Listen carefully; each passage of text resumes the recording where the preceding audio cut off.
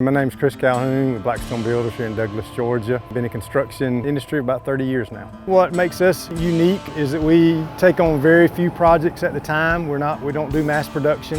We have a small crew, myself and one other gentleman. Both of us, we're after perfection. And when you get through with the job, it's nice to see the good work you've done.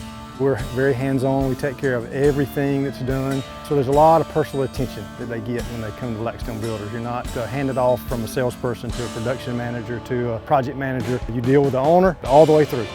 We learned in doing residential construction that one of the biggest challenges is hiring reliable subcontractors that would show up on time and get the work done. So after fighting that battle for a number of years, we began to just learn to do all those things ourselves. So we would do our own plumbing and electrical, we would do our own drywall, our own painting, we lay our own tile. We pretty much do everything from start to finish. One of the things I learned early on in the construction business from a gentleman that's a lot wiser than I am said, you know what, everybody has a reputation, whether you want one or not. So I've always remembered that and I always try to protect my reputation as not just a person, but as a builder. So that's turned into, after 30 years of being in the business, it's very rare that we have a formal contract signing with a client. It's usually a handshake or just our word is good.